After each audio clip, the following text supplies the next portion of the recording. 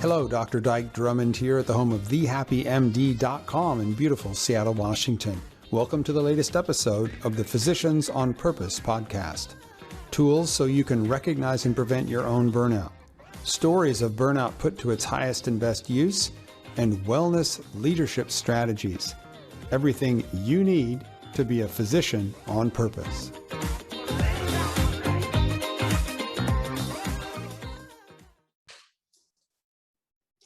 Hey, this is Dyke Drummond with the next edition of the Physicians on Purpose podcast, coming at you from beautiful Seattle, Washington, the home of thehappymd.com. And today I've got a treat. I've got a friend of the broadcast, Dr. Jim Neuenschwander. He's an ER doc, and he's a member of our Physicians on Purpose community. And there's a couple of things about Jim's practice that I think are great examples for anybody who wants to have a more ideal job. So Jim, tell us a little bit about you and your practice and where you're at and all that kind of good stuff as an introduction to get us started.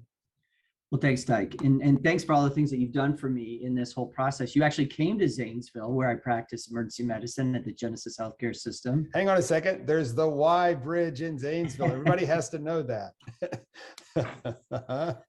And, or maybe more like this, the Y. There you go. Yeah, so I practice emergency medicine. I graduated, I finished residency at Johns Hopkins in 1998. And they lured me out here, which was really cool. And I've had a great experience here working in this hospital. One of the major points that I really enjoyed about it was that when I got out, they were still doing some community medicine research, which was exciting to me. And then I've been practicing that. I'm also board certified in addiction medicine, which has been one of the many interests that I've had. And you've been busy. I've been busy. I did wound care. I've done wound care. I work in the observation unit. I really dig being a doc, man. It's a cool job, and I like it for the most part. I mean, I have my crummy days too. Well, and one of the things that we teach is it's important when you're out and in your practice to actually consciously create an ideal job description. What would you run towards if it was available? Because if you don't have that idea of what you really want, we spend our lives avoiding the things that we don't want. And there's a dramatic difference between those two levels of existence. And it's not common for me to find community docs who are interested in research. So tell me a little bit about why you're drawn to have research as a piece of your ideal job description. So one of the things growing up, I was born in Lima, Ohio. We didn't have a lot of money. So a lot of times what we did on vacation was we went camping, and the camper's credo was always leave the campsite a little bit better than when you found it. Whether that was stack some firewood or get rid of some garbage or whatever it was. And so I've carried that credo with me in a lot of places in my life. And one of them is medicine, is to say, when I leave medicine, I want it to be better than when I found it. So, one of my goals has always been to make sure that I do some things to help improve the practice. And we've had some very cool stuff. We put together a pacemaker and ICD readers. We've done some research in other areas. As I mentioned, addiction medicine. We've used buprenorphine in the emergency department and shown that we have fewer ER visits and hospitalizations following that. And it's been really satisfying for me to know that I've been a part of some of these advances in medicine. We got 7 kids right now. Yeah, I call them kids. They're not kids, they're adults, but they feel like kids to me in medical school right now that are doing their things. We got one that's starting next year, and 8 or 9 undergrads that are helping us out. So, and some of them have been first author on some papers and been very actively involved. So yeah, I feel like, it's been a great experience for me, and then I'm able to pass it on. And a lot of these, some of them are, attendings now that have come through our research program here, and probably making more money than me. Well, it sort of sounds like paying it forward, right? It really is. I mean, there's been some things in my life that people have gone out of their way to really help me. I was the first person in my family to become a physician. And I've had other experiences in my life where people have really gone out of their way to help me. And I'm grateful for that. And you're right, it is paying it forward, because I never know if I can't pay back a lot of the people that helped me. but I can certainly pay it forward. And that's been a really cool thing. You know, and as we've talked about the transition, unfortunately, my community hospital, which is one of the reasons I wanted to do research in a community hospital, is about 90% of medicine is practiced in the community setting, but 90% of all research is conducted in those academic centers. So it was always amazing to me that I would read articles and I'd go, how does this ever fit into the real world where we're really practicing? So I really wanted to make a commitment to practice or to do research in the setting where most people practice medicine, and then have it be something translatable into a community medicine setting. Unfortunately, my hospital has kind of dropped the ball on continuing the strong research background that we've had in the past. We went from 3 full-time research nurses to basic and a research assistant to our research assistant just left, and our research nurse is retiring. So definitely that's had a huge impact on me. I've started to take my studies to another center, and I may be transitioning there full time in very short time. But it's been so important to me, like I said, to make that impact. And I feel like if I didn't do it, it would be sort of like dying with the music inside me, and that's just not okay. We can't let that happen. So let's just teach a little bit about the ideal practice description in the Venn of happiness, and let's just do a little experiment here. And I haven't prompted Jim. He doesn't know what I'm going to ask him here, but I'm just really curious.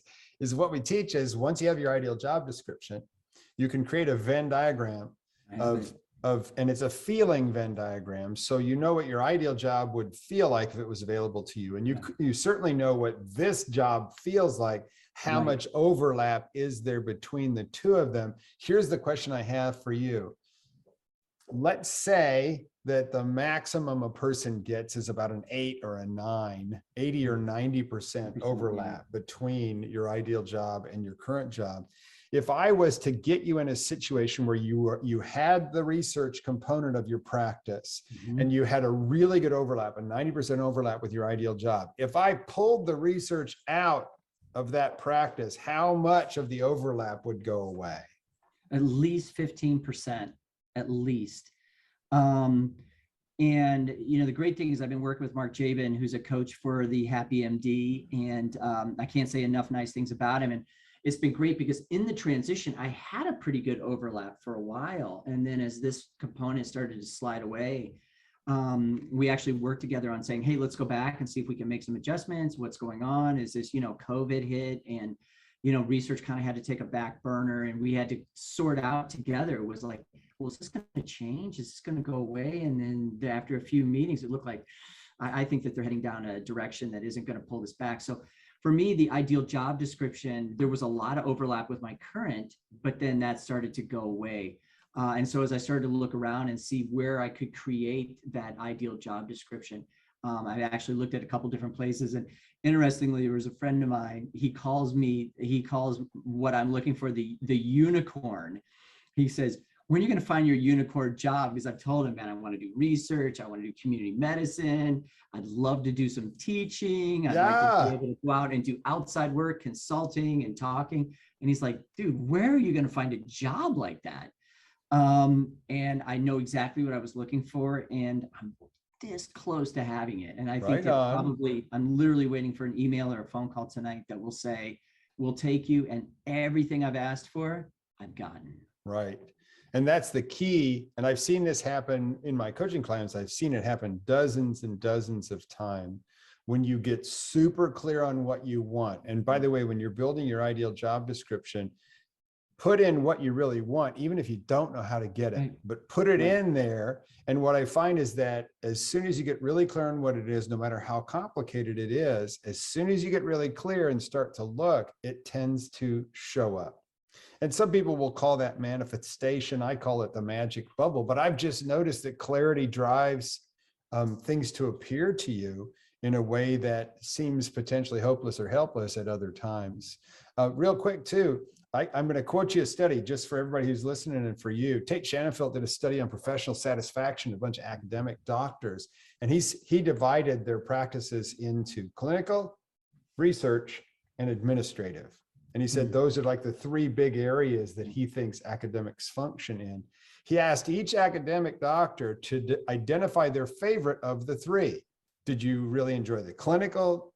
Did you on teaching? Did you really enjoy the research? Did you really enjoy the leadership and the administrative? And no matter what the doctor picked, their satisfaction with their practice was highest if they were able to spend 20% of their time at work on their favorite activity. And the interesting finding, it's interesting, I hope people don't use it against you, right? But the interesting finding is if you went up to 30% or 40% or 50% of their practice in their favorite area, it did not increase their practice satisfaction. Wow. So if you can get to 20, that's adequate, at least in this study. And I'll leave a reference for the study in the notes for this podcast. 20% was enough to maximize people's satisfaction. And there wasn't an additional increment. Now, the other thing I got to say is you're an ER doc. And we happen to be recording this on October 14th of 2021. And what's happened is Delta peaked about 2 weeks ago. And it's on the downswing in much of the US of A and other places. And yet volumes are still high. And it's been absolutely, I'm going to say it, ape shit crazy. COVID deniers, vax deniers, overloaded ERs, dealing with people in the waiting room and the parking lot. How have you been? Tell us a war story or two, and then we're going to talk about your secret power. Well, okay, I'll give you a good war story. It's about a week and a half, 2 weeks ago. Our emergency department was so busy. We had a patient that was sent in from an outside office, I guess, and she had a potassium of 6.2. So they told her to come to the emergency department.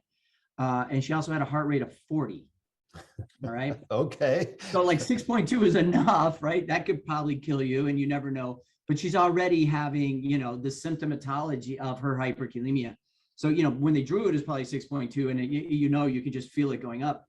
So I said, you know, I need to put her in a room. They're like, Dr. Neuenschwander, we don't have any rooms. You know that. And I said, no, I really need this lady in a room. And they're like, no. And I said, well, then give her IV calcium. And they said, we can't give her IV calcium unless she's on a monitor. And I said, that's the problem. So anyways, I went out to the lobby and I got her and I sat her across my desk at triage and literally would go see a patient and then come back and check on her. Hey, how you doing? Still alive?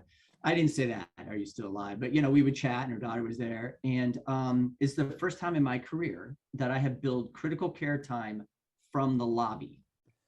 There you I go. gave critical care time because she had a life-threatening disease that could have progressed to either, you know, a severe mortality or morbidity or mortality. So I billed her for critical care time while she was in the lobby.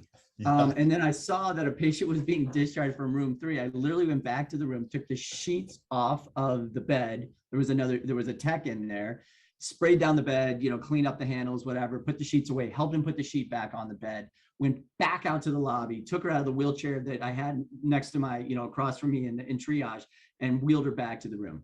That's the kind of insanity that we're facing. It's got to be some kind of world record, at least for me, to deliver critical care time in the lobby. Right. So it's just, how do you deal with that? And then there were more than 30 other patients out in the emergency department with all kinds of problems in the lobby. It's hard. It's very hard. And the big reason it's happening right now, and again, I'm going to put this down as a data point since we're recording it in October of 2021, is the staffing shortages, right? There's been an exodus away from frontline staff members in all aspects of in and outpatient medicine. And then there's been COVID vaccination mandates and people quitting and all sorts of stuff. I'm assuming that the reason you had to do that in the lobby is because you didn't have staffing to open up all the rooms that were available. And it's a huge trickle down effect. Like when we don't have enough nurses to get patients. Sometimes we have beds upstairs, but we don't have the nurses to take care of patients up there. Right. So if you can imagine, we're in this circumstance where even if we can get them out of the emergency department, we've stabilized them, diagnosed them, you know, they're appropriate to go upstairs. They're not going upstairs because we don't have any floor nurses. Right. And I don't have enough ER nurses either. I mean, you know, we used to put people in the hallways, but now we can't put people in the hallways because we don't have enough nurses to care for them in the hallway. Right. So we have these critically ill patients that, I mean, it is so hard. And, you know, we did our team huddle today, this morning, before I got started, because I also work in the COVID clinic. When they went to the family medicine docs and they were like, hey, you want to help us with, you know, diagnose patients with COVID? And they were like, no. They went to internal medicine and they asked them, hey, will you guys staff our COVID clinic? No. I think they went to pulmonary critical care and there was a big no from them. No. So finally they were like, well, who's the one group of docs that we can ask to do anything that will take care of everyone? And it was the ER docs. So we've been running the COVID clinic, and I worked in the COVID clinic today. And, you know, it was funny because one of the patients came in and they're like, well, we need a doctor that's specialty is COVID. And I said, well, kind of, that's me. Right, apart from the pulmonologist, right? It's you're number two. And we get a lot of number two. Because we looked at it and we said, these patients are coming to the emergency department anyways. We see them early, we see them middle, and we see them late. And so we said, well, let's just go ahead and staff the clinic, because we know as well as anybody what these people look like in every phase of COVID. But I mean, you know, it's overwhelming, because what's happening then is that we're working tons of shifts. So I'm literally in the middle of working 7 straight days right now. And I think I went 10 straight days a little less than a week ago. So, you know, I'm pretty crispy.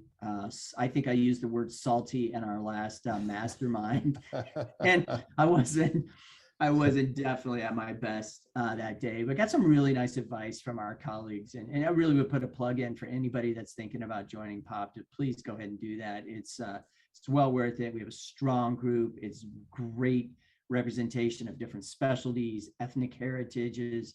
And is that the right? Anyways, there's just all kinds of, you know, all sorts of different colors and flavors. We all are. I mean, it's great. Is this rainbow of differences? And you know, here I am, this old white guy.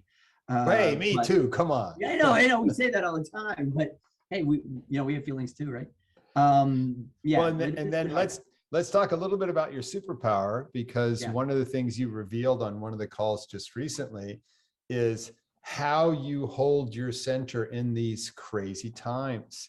Mm-hmm. And anybody can take a lesson from what Jim's going to tell you here, because all of us can do this. It just takes a few minutes to center yourself. But tell us a little bit about this superpower I've been alluding to. Yeah, I don't know. I don't feel like I'm that powerful, and definitely not super. But it was something, I think I got it from one of your books. Actually, it was the Burnout, Stop Burnout. It was just talked about what is your mission and what you do. And I really thought about it, and I'm like, well, I want to make people heal and be healthy. And then I thought, but that's not really my choice. You know, I don't get to make that decision. They have to make that decision. And so what I came up with was, I want to provide the greatest opportunity for health and healing. And then if patients take it, hey, great. You know, sometimes I say, I think you need to be in the hospital. This is chest pain that's concerning. You walk up the stairs, you break out in sweat, it radiates down your left arm, you feel like you're going to puke. That sounds like a heart attack. And they say, Doc, I'd like to, but I can't, because my mother's sick at home. Nobody will take care of the dog, blah, blah. And I say, well, I'll be in here at 8 o'clock tomorrow morning or 6 o'clock tomorrow morning. And if you come back, I'll put you in the hospital. I understand those kind of things, just if you get into trouble between now and then, and there'll be no hard feelings. And likewise, I write a prescription for antibiotics. And if you look at the pathetic number of people that actually ever finish antibiotics or even fill the prescription, you know, it's not very high. And yet at the same time, it's not up to me for you to take my advice or take those medications or do the things that I think will be best for you. It's just up to me to provide the opportunity. And I hope that people take those opportunities to improve their health and healing. At the end of the day, though, I still can feel comfortable with what I've done. And if I've done well, then that's a good day. And likewise, you know, people live and die. And it's horrible. You know, shouldn't necessarily think like that. But I do CPR, or we do, you know, resuscitations on everybody. I do the same thing every single time. Sometimes patients live, sometimes they don't. What did I do? I just provided that opportunity for them to live. And, you know, that then becomes really between a patient and their maker. That's not me. And I don't take the blame. I don't take the credit. I just show up and give every opportunity I can.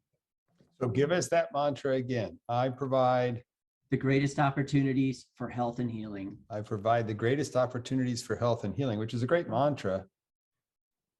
It's a one breath, 5-second in and out. Remind yourself, breathe, release. I provide the greatest opportunity for health and healing. I provide the greatest opportunity for health and healing. And again, no attachment. The opportunity for you is here. I am a channel for that opportunity. You decide what you want to do with that. Yeah. Really cool. Really cool. And I forget it. I forget it too. It's funny because as I was preparing for this week and thinking about it, and like there were times where I wanted to grab either staff or patients by their throats and shake them and say, you know, I'm giving you this opportunity. Why aren't you taking it? And I was thinking, I probably am not the walking example of how perfectly this can be carried out. But what I am is somebody that falls down, picks himself back up. And frankly, I you know, when I'm really at my best, I repeat that over and over again. My squeegee breath or my mantra is every time I get my hands wet, I wash my hands, which is probably, you know, 100 or hundreds of times a day. I just take a breath in and then I let it out, which essentially is every time I walk in and out of a patient room. So when I'm at my best, it flows. And when I'm decompensated, I'm, you know, better than I used to be, but getting better. Yep. You're so darn human. I love it. Perfect example, right? It's a practice. And again, practice makes better. Right. It's on. True. Well, it's Jim, so true. Jim, thanks so much for being with us here today. And we talked about, just to recap the call, we talked about community-based research, having research be a piece of your ideal job description, using the ideal job description to drive how you search for a more ideal situation. And when you get clear, it will come. To have a personal mission and a personal mantra to keep you centered, and a nice little war story about billing for critical care in the waiting room. It's unbelievable. I still can't believe it happened. Right on. So this is Dyke Drummond, James Neuenschwander, our ER doc from, what is it? Zanesville, Ohio. By the way, they have a place in Zanesville where a bridge goes over the river and it splits into a Y. And it was actually in the early days of aviation, a big turning point for airplanes flying to Chicago from the south. They would see the Y bridge at Zanesville and turn to the west. So here we are. That was the origin. That's funny. I've been here all this time. I never understood what that was. The Y bridge. I actually have a Y bridge coaster that I bought when I was in town. That was years ago. It's so cool. So once again, Dyke Drummond here with the latest edition of the Physicians on Purpose podcast. I'll see you on the next broadcast. And until then, keep breathing. Have a great rest of your day. Thanks, Dyke.